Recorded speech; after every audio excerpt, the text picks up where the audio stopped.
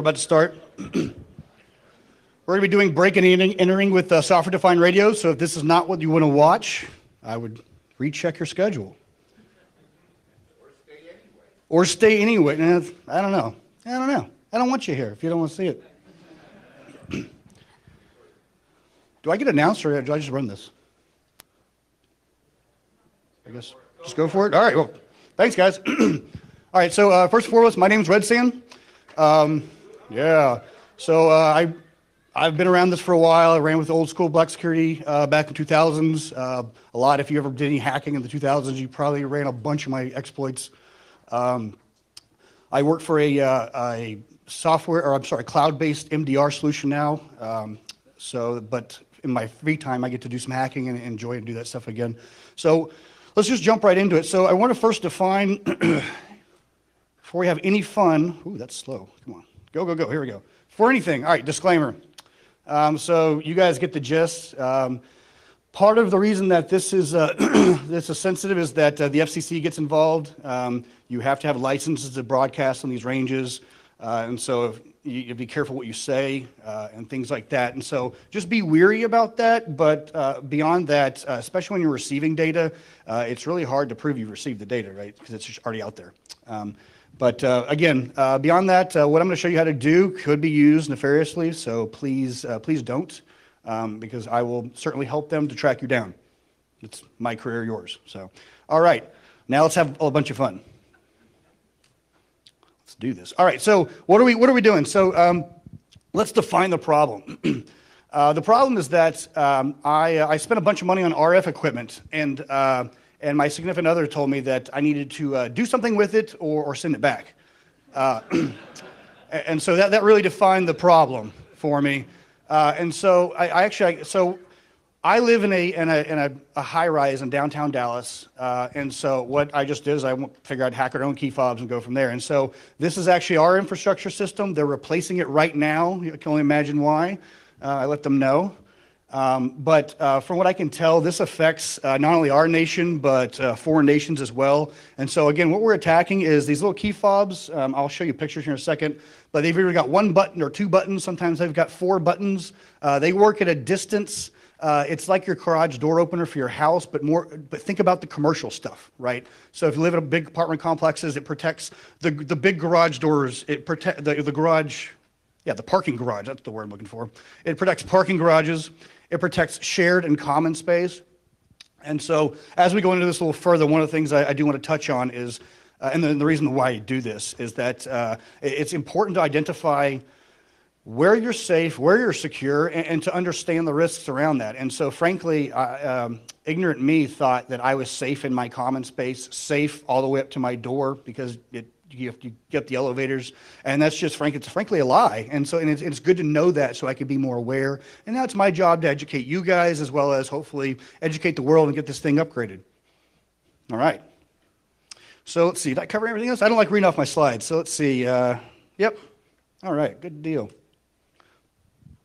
All right, so again, this started, so I like to tell a story. So this started as I bought equipment and I don't know anything about software-defined radios. And so I'm just going to tell you how I experienced it. I bought a bunch of equipment. I was told to do something with it, and I thought, well, let me do this. And so I simply flipped it over to the back. I got the FCC ID number. I took that to Google. I looked that up on fcc.gov. That tells me the megahertz frequency range it's supposed to lock in at. And so then I loaded Windows tools to start. Embarrassing to me, but that's where I started. And so let's go ahead and go through that process. So here's some examples of software-defined radios. They are getting a lot cheaper, which means you can do a lot more with them. The thing about SDRs, if you guys don't know this, I know you guys a lot of you probably do.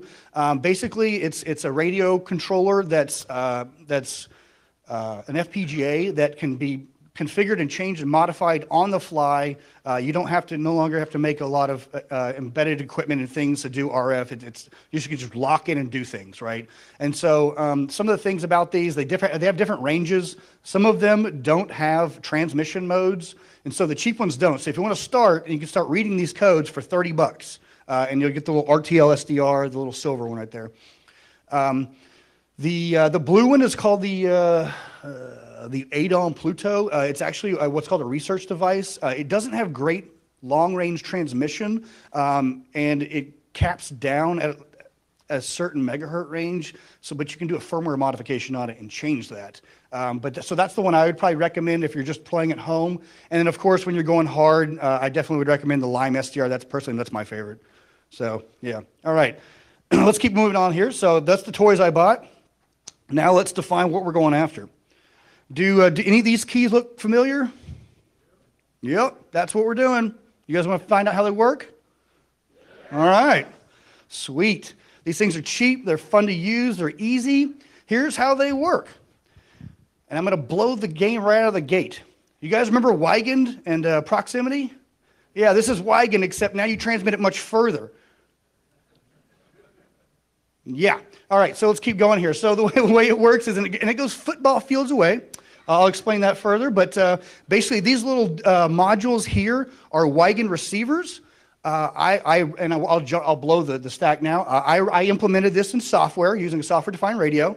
I also implemented a transmitter, and so we'll go through that process. But basically, this is the starting line, is that these are what they look like. Let me pop out real quick. I'm going to show you some other examples of the range of all the things that are getting hit here. They look like these.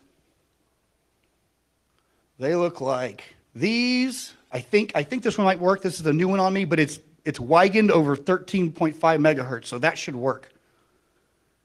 This one right here, this device here, that's a receiver. These guys right here, all of these, all of them, all of these guys, and so on and so forth. All right, so you get the picture, right? So in my mind, the scope is pretty broad. When I look at access for buildings, it's either close proximity, which is the sister building uses, which we all know how that works, and then this is the more long range, which is basically the very similar experience. And so the way it works is those things, those little things are plugged into some sort of logic control. I've actually, okay, let me back up. I've never actually seen the back end of this. I have no one else to talk to about this. I did all this on my own. So if any of this is wrong, I will actually take some corrections because I just went at this by myself. But the way I imagine that these work is that they're tied into some sort of circuit that relays that Wiegend code back digitally over a wire to a serial port or something where a computer is there that runs software that takes that in and looks up in a local database and says yes or no. It's kind of how I imagine that works. This guy's nodding. I think that makes me feel better. All right, good. Good to hear. He's always nodding. All right. We're friends now. Fuck. Click that, Tim. You got this, bud. Here we go. All right. All righty. So, great. I defined the problem. Now let's start defining kind of how we unpack this, right? Again, I started with simple Windows tools. I'll get more advanced, but I had to start somewhere. I started with cubic SDR, and what I did is, and so this is what's called a heat map, or that's what I call a heat map. And so, again, so I went to the FCC website. My specific one said 295 megahertz. So I said, okay, I know where to start. So I punched in 295 megahertz, and you'll see that kind of right here. And then I just held the button down, and then you'll see there's streaks of energy going across at that range.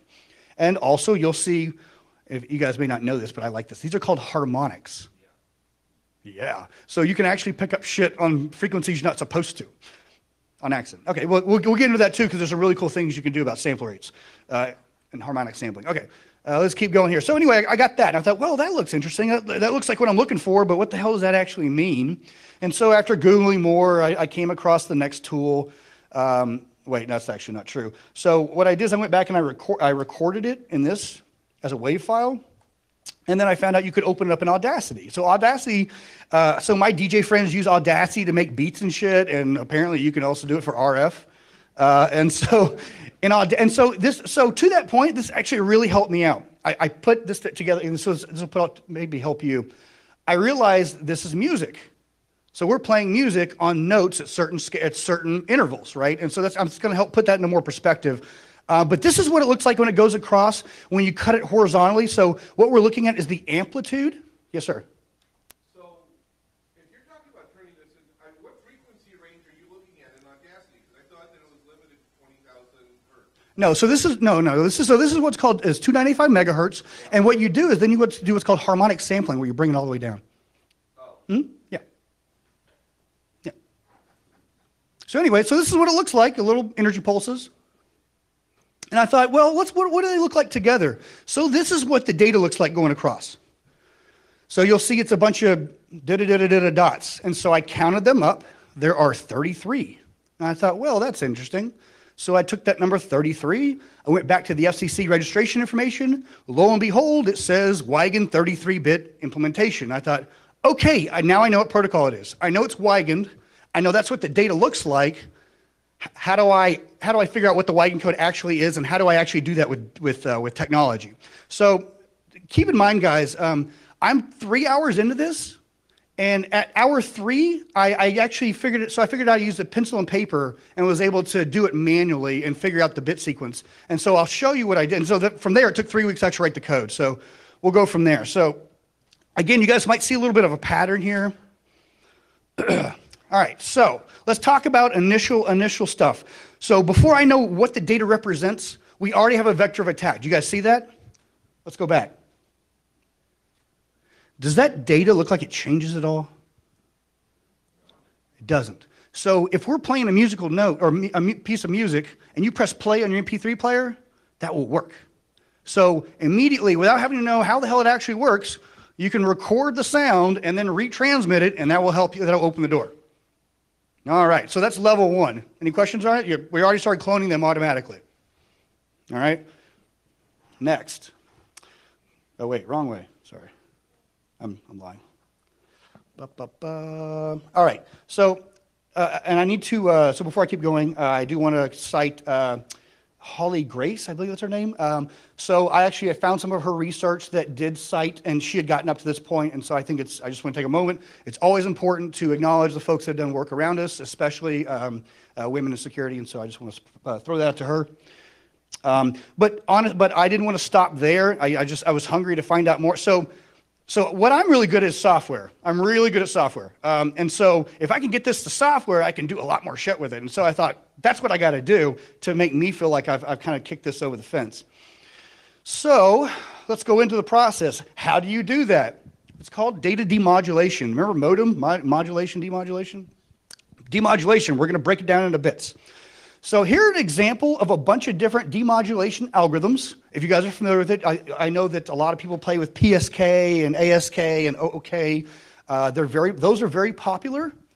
That is not what they're using in this context. I do think that there are implementations of this in FSK that will break down into Wiegend, basically come back to Wiegend. But for the implementations I've seen so far, all the ones I've caught, and they're actually called differential pulse position demodulation. And so let's explain that. I know this gets a little kind of nerdy and confusing, but we'll get to the part where we start messing with stuff, I promise. All right, so this is the science of it. This is important, so in case I die, you guys can keep this project going. So here's, again, yeah, sorry, because I can't maintain it forever, guys. All right, pulse position modulation, this is how it works. All right, we got amplitude, we got band, and then time. So basically the waves are going across in a linear time span from, in this example, right to left. I guess that's fair. Yeah, right to, I guess it does. No, it goes left to right. Yeah, left to right, left to right. Thank you. All right, and so in this context, what we're going to be looking at is the amplitude. In other scenarios, it may be different. And so what you guys, does this look similar to what you guys saw on that thing? Little pulses every periodically? Awesome. So what it comes down to, let's see, do I have that on this one? Perfect. Okay, there's two types. There's PWM and PPM. So the difference is PWM requires your clocks to be synced on both ends, but PPM doesn't. And so we're not going to talk about PWM because it's not beneficial, okay? So with PPM, this is how it works. So think of it, like I said, a measure in a song, and I've got 4 beats, okay? And so in those 4 beats, I have, we'll say there's 2 bits in those 4 beats. Now, I can either hit on the first note, and that's a 1, or I can hit on the second note, and that's a 2, and every 2 beats represents a byte, or a bit. Does that make sense? Maybe? Okay, let's try it again. So look at it here. Look at how this starts at the beginning, and on the 1 beat. and then there's a space, and then it's the 1 beat. So we know it's a 1, or it's a 0, and it's a 0. But look at this shift. There's a shift, a pause, and then it hits on the upbeat, right? And so now we've shifted to a 1. Now we're in the shifted, so it's now what they call shifted registers, where or also because a finite state machine, where you're shifted into a position now where now I'm in an offset position. I'm in the position of 1. So when I know that the beat is the exact same space away from me at the 1 position, it's still a 1. But when I get a half beat in front of me, I'm back to the 0 position. Does that make sense? So when you do this, when you send it down the wire, I don't have to know, our clocks don't have to be in sync because I can calculate this based upon the starting beat. I know, everybody's eyes are glazing over. I think I might have a way to explain that easier. Oh, cool. Well, I'll give you the mic when I'm done. No, it's good. That was good. That was just fine. Yeah, appreciate it. All right, so I appreciate it. Okay, so in this, let's talk about a little bit more advanced stuff. So, like I said, I gave this presentation one time in San Antonio, and so one of the guys in the crowd challenged me because there had a little extra time and said, well, why don't you hack my key fob? It's at 415 megahertz. I said, well, that's fine. Let's do this on the fly.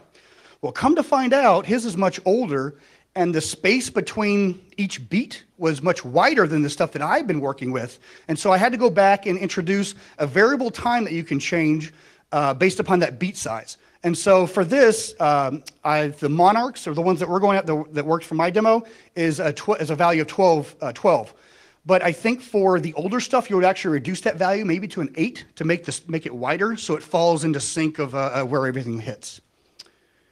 So again, that's something we need help figuring out. So if you guys have older ones, play with that value and let me know when it finally starts working, and that will help me update the software. All right. So now that we got that solved and we know where the bit stream, how to put this into a bit stream, let's break down Wiegend again, right? Because it's always good to have a refresher. All right, so the way the bit stream works is with Wiegend, you have parity bits actually on either end and some in the middle, depending. So in this example, I did 33-bit. It goes as old as 26-bit, which is the original stuff, which gives you about this much space to use as far as data. You get a facility code, and then you get a card number, and it's usually about 24 bits. And so 24 bits plus a facility code of 1 byte actually equals 33 bits because you always have parity bits on each end. So for the RF guys out there trying to demodulate, remember if you see data streams going across, always assume there are parity bits on both ends of it because that's how everybody does their data. So if they're sending 8 bits down the wire, it will be 10 bits because you'll have parity on both ends. I've heard affirmation from this from so many people this weekend, so it's just a good reminder when you're doing this. But so, again, so the gist is that you have a facility code, and then you have your unique ID number. The facility code identifies what building it is, or it could be the garage door versus the front door.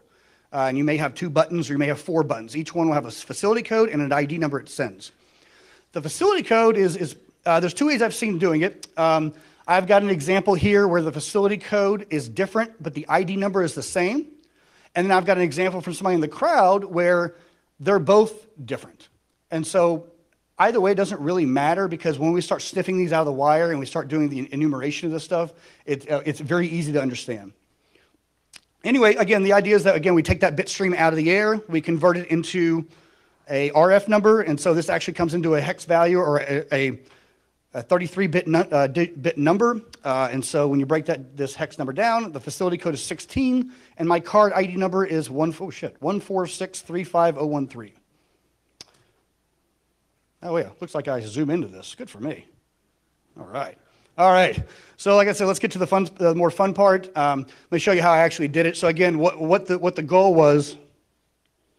All right. What the goal was is to break this down and basically implement this in software what they were doing with hardware. And so I had never actually worked with GNU Radio before. It's actually a beast to understand to begin with. It's really complicated at first for me. I actually didn't want to do GNU Radio. I thought the RTL SDR libraries would be a lot easier. It seemed just a lot faster to get involved. But the downfall of that was I could never transmit, right? And so it was worthless to do that. And I wanted to do the full spectrum to show you I could do both ends of it because I ain't no punk. Alrighty. So I'll explain this a little bit. I know, again, you guys eyes are gonna glaze over, but this is what it looks like to put this together in GNU Radio. The secret of me figuring this out is Wikipedia, and that's it. Wikipedia and a few extra Googling, a little bit extra Googling. So what you have on the left are your sources. Now, in this example, you'll notice I have a source for Pluto SDR. Pluto is my ADOM Pluto, the little blue thing. The RTL SDR is what I have plugged in right now. It's silver. I've got a Lime SDR. The other thing you'll see there's a WAV file. Now, the reason that's important is that when we go into transmission and you don't want to break the FCC laws, you can transmit to a WAV file and then replay it and validate your work. So just, again, in case anyone tries to get me in trouble, I got proof I didn't never do that. All right. Again, so what it does is it goes from the left and it keeps going right. Google says that you need to do a high-pass filter and a low-pass filter and then an amplifier and then a gain control. And what I found is that I did all those steps manually, but come to find out, GNU Radio actually provides some modules that will do the majority of it for you in a single module, so it made it a lot smaller. One of the other things I learned is about downsampling. So downsampling, so what a sample is that it's how many bits that are turned on or off per individual moment that it receives the data.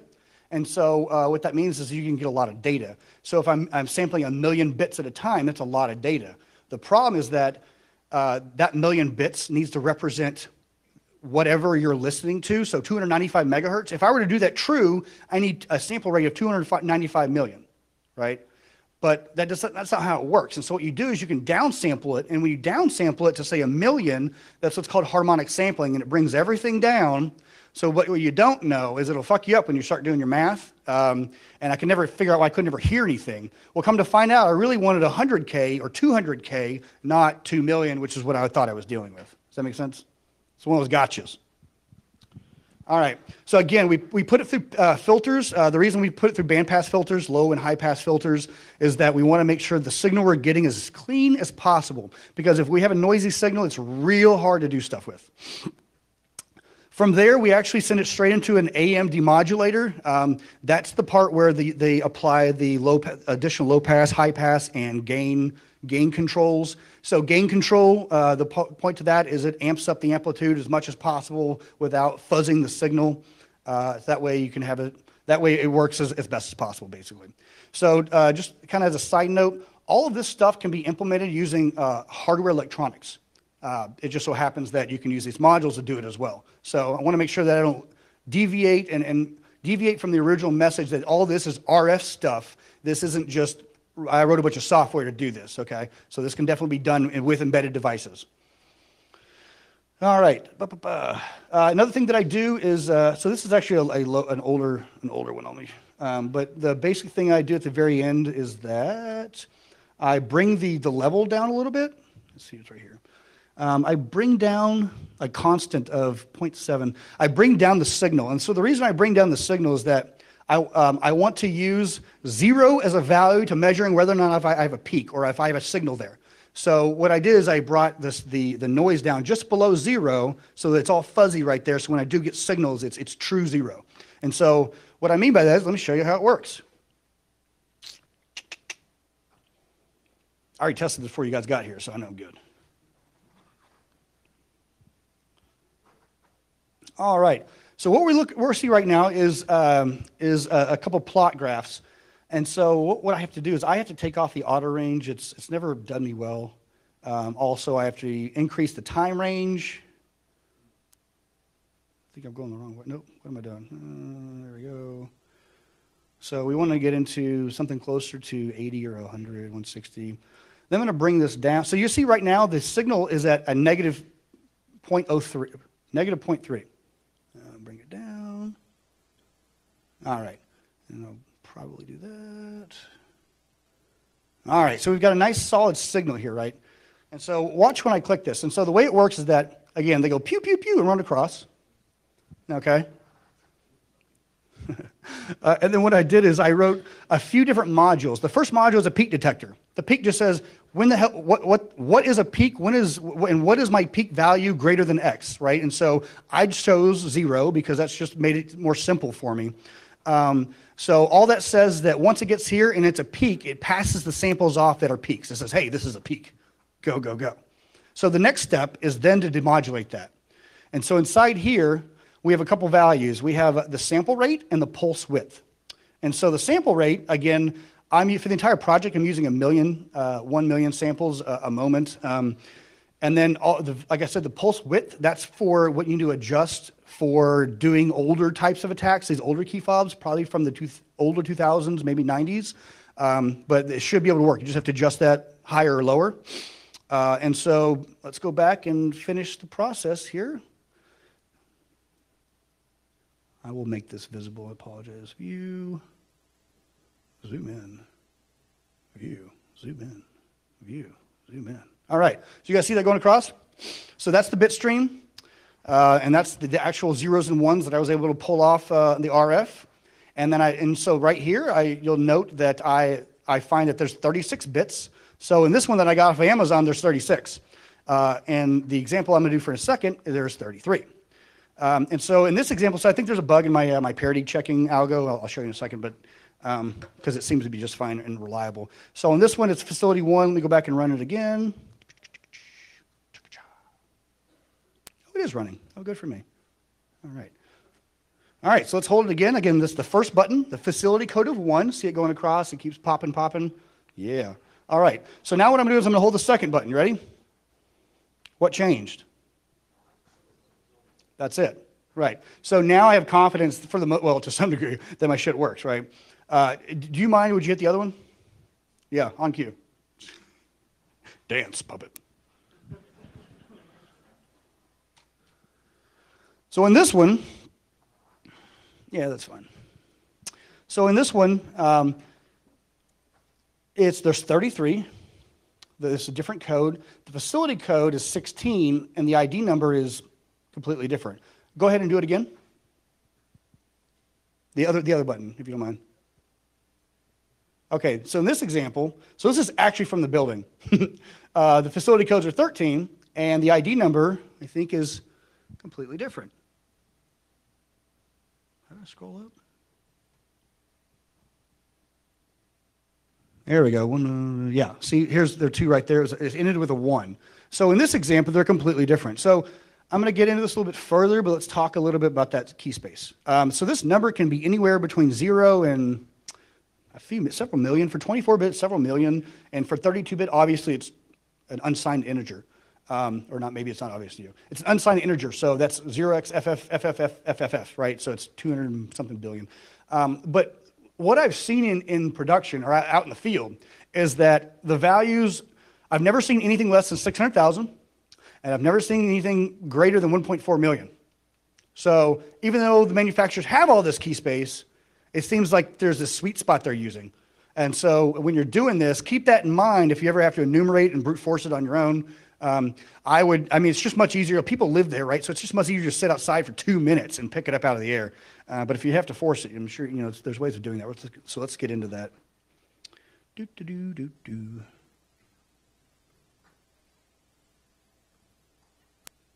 Next. All right. So this is my setup at home. Like I said, I live in an apartment complex in a high rise. So I was able to set my laptop up near the back door and then put it 10 floors up. And so I was getting building codes from I don't fucking know where, actually. But I can tell you over 1 weekend I got everybody in my building's code. Another side note, so if you live in an old building and the pipes aren't properly grounded, you can turn your building into an antenna.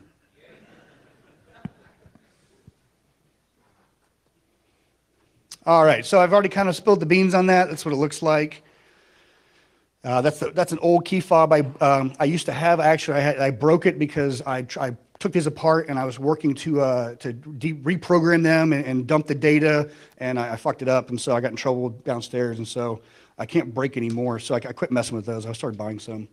All right, so where are we at, right? So In my experience, in my opinion, I've demonstrated that not only can I find where the data is, I can read the data, I can show you what the data actually is, and then I understand more of the problem. So in that regard, I understand the key space problem, I understand more about vectors of attacking it, right? And so now that I know how to read it, let's go full ham, right? Let's write it.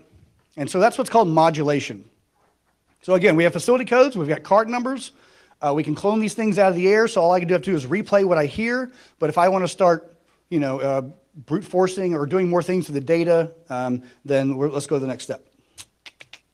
All right, so this is the modulation stuff, and so I don't know if I publicly released this yet. I'm just waiting to see if I get in trouble or not. But I did confirm that this will be a part of the Ppm project, and so I'm sure as long as I don't get in trouble, we'll have both modulation and demodulation in there. But this is the way it works. It's basically the exact opposite. So what we do is we go through a root raised cosine filter.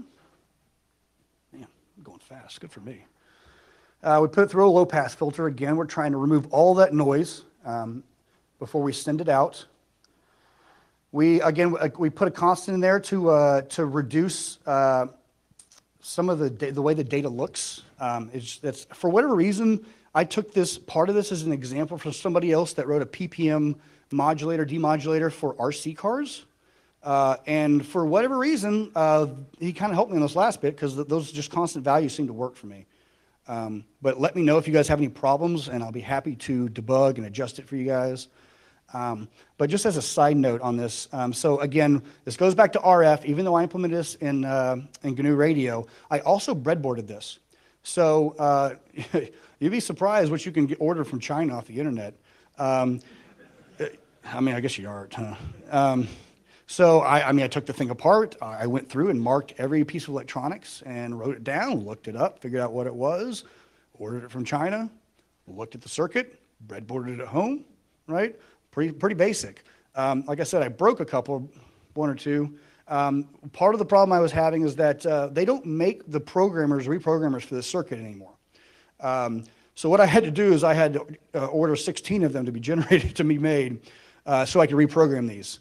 And so if you want, you can actually take these apart, apply it, dump the data, modify the facility code in the Wiegend code, or your code, and then reprogram it back, right? And so if you want to get that far, you can literally clone somebody else's fob as a fob and keep rolling. So that's perfectly possible and absolutely doable.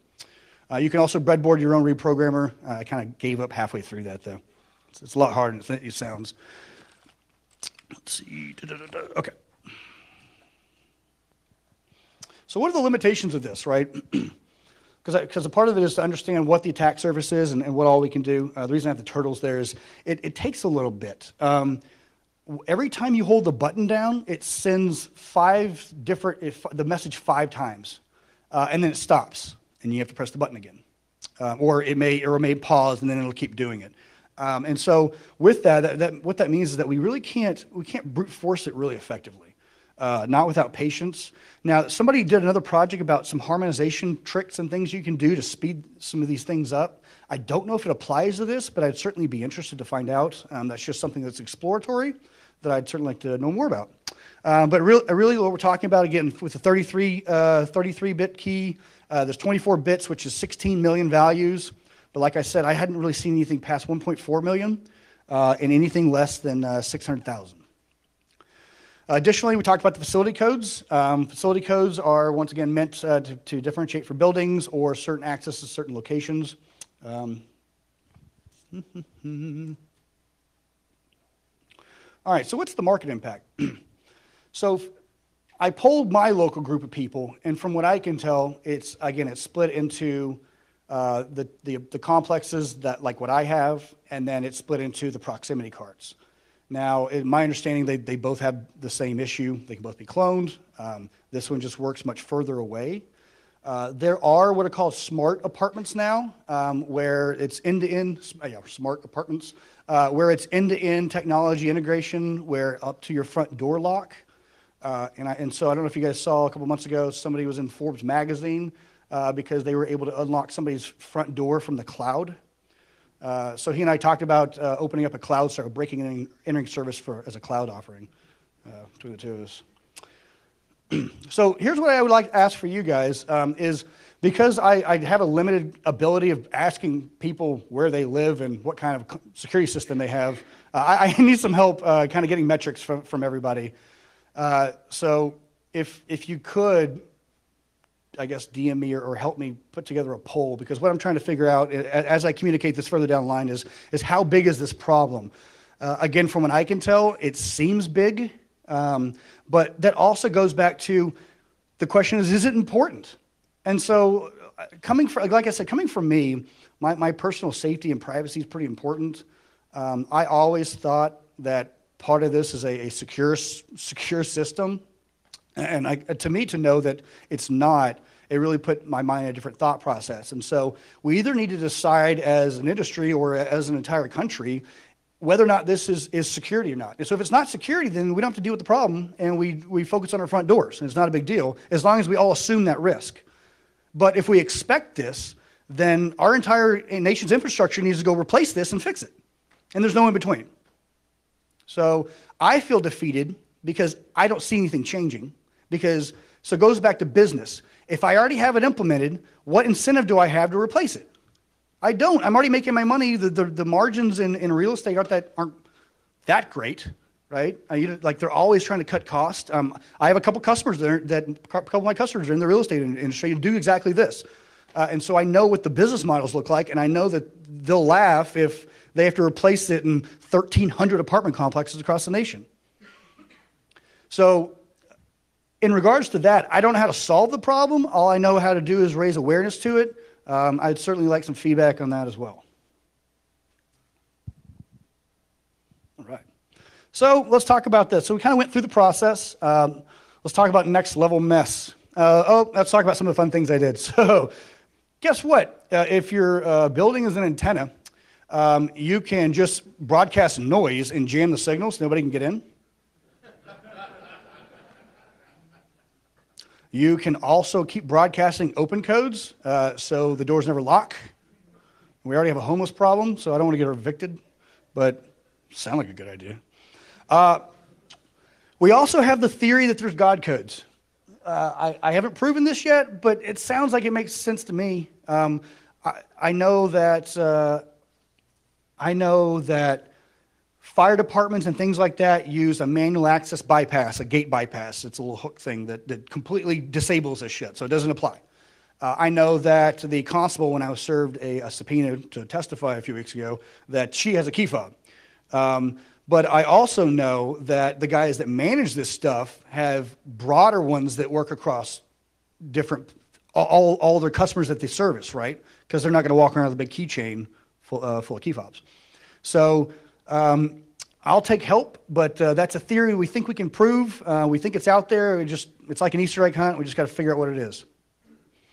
All right, so let's go to the next step. So again, I'm an application, I'm a dev guy.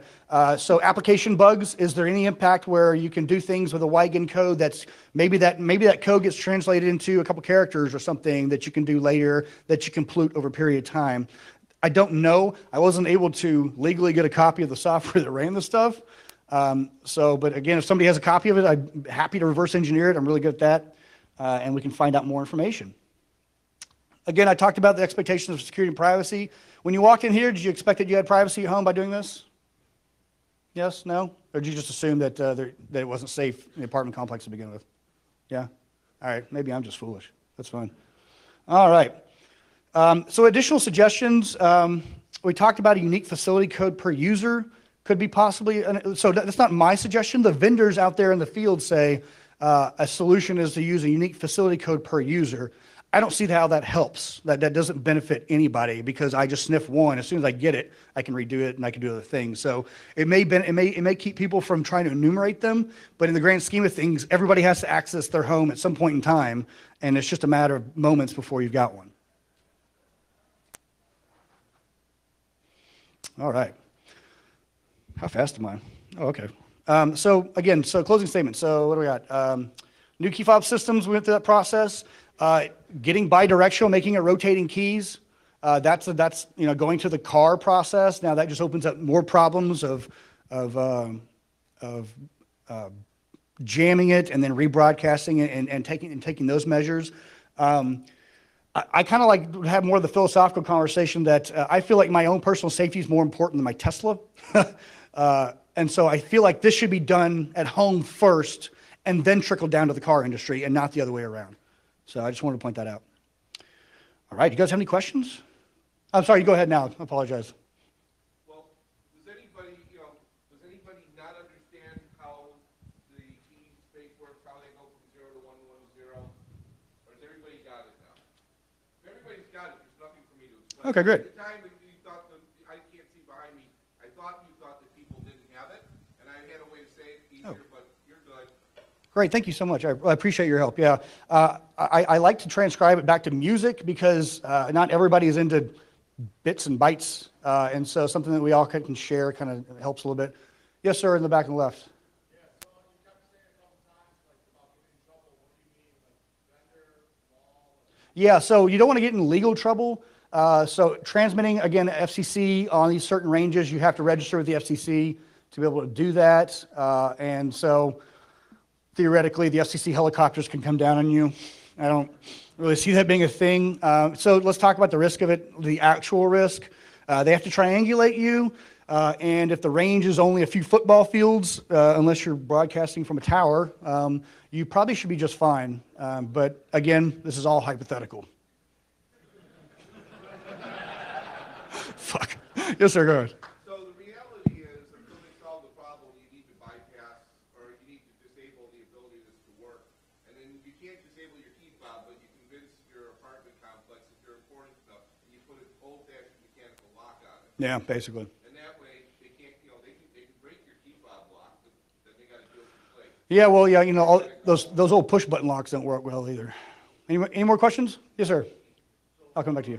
I mean, I guess, this is the same if it's an RFID, except that we could really limit the distance. You could still jam it, right? But, I mean, it's harder to harvest. Yeah. Yeah, this is over VHF. This is over the same thing your TVs are on. I understand that, but no, there's proximity to RFID that really store proximity. They're telling me that UHF stuff with RFID that we use for the purpose of this. Yeah, so we're talking 500 feet. Like I said, I was getting things from blocks. I don't know where these buildings are. I don't even think they're downtown. I'm not really sure because I was so high up, but able to get a lot of information. I was getting at, like when you're doing everything you can to get your proximity again, even with cars, but it looks like walking up to the door, how good can you get on your sniffer to pick that up from a distance? Yeah, so the door proximity is not the problem we're solving. That's at 128 kilohertz. This is over VHF. So this is, so it's not, this is 500 feet. It's the same thing as what your TV came on in the 80s and 90s. Same signals. Okay, so you're specifically addressing that. Yes, no, this is an old problem found in a new implementation. Yeah. You did show 13.5 megahertz per bit, and those are short. 13.9 megahertz. Yeah, but still in the so that one I said maybe I hadn't fucked with that, but I've tested everything from 295 up to 415. Yes, sir. You next. In your testing, did you ever run across any of these key fobs that use a rolling code like a So far in my testing, I have not found any that have implemented a rolling code yet. No, sir. Yes, sir. So I'm interested in the price to be able to monitor it. What's going through my mind is, couldn't I go through every apartment complex through something bushes, say like a solar? Yeah, bro. Yeah, bro. Yeah, bro. Yeah, bro. Yeah, you could do that. That may have happened. Yeah. So so basically what you do is it's a Raspberry Pi with a lithium battery, right? And then you can actually set up trickle charges too if you want to trickle charge that back. But yeah, you just throw it in the bushes or put it in the ceiling or in the stairwell. Go ahead. Yeah, so this is already up, man. I published this back in March. It's on github.com. It should be a part of this. You know what? No wonder nobody downloads this. So if you follow me on Twitter, I already posted it earlier today, Redstand BL4CK. That'll be the easiest way. And hopefully I can talk to these guys and get it integrated. Also, it's going to be added to Pin2. The guy at Zero just told me that, so that's exciting. Any more questions? In the back there.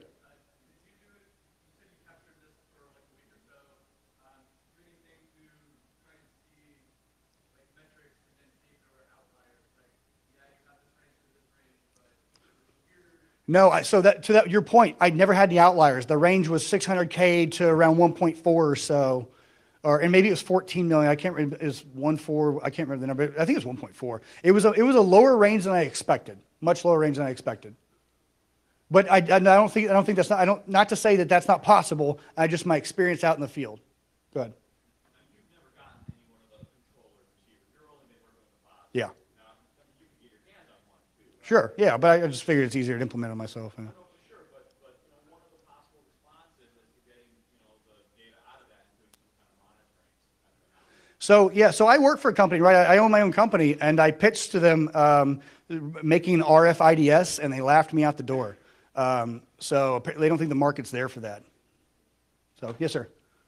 Why not set up a crowdsource thing, kind of like Wiegend.net, so that people could run it, make a mobile rig, then it would just report in. That's a good idea. As the dispersion, you could set it up if you wanted to, so it doesn't collect all of the actual numbers, but analyzes it local, and then it just sends up the location data. Oh, I like that. So I will take. So that's why I'm here, guys. I'm here to find, see if the community is interested in this or not. If you're interested, let's do more stuff. I write big data security analytics algorithms, and I do other shit. So this is just for fun for me. So any more questions before I know I'm running out of time?